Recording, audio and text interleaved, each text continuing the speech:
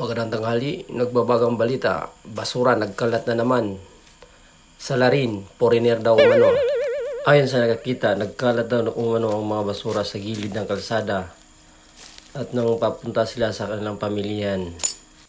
Sabi ng witness na nakakita sa mga basura sa daan ay meron daw nakakatakot na basura. Kado kay Dre, na monster.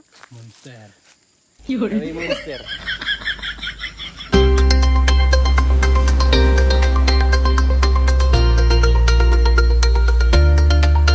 Ayon sa nakausap natin ay foreigner daw talaga ang nagtapon dito. Kaya tanong Ano yung mga foreigner? Ano sa ebidensya ng foreigner? Pero sa tinuod lang, foreigner gini, magkasagara, mulabay dire. Ayun nga yung bukira. Babaw.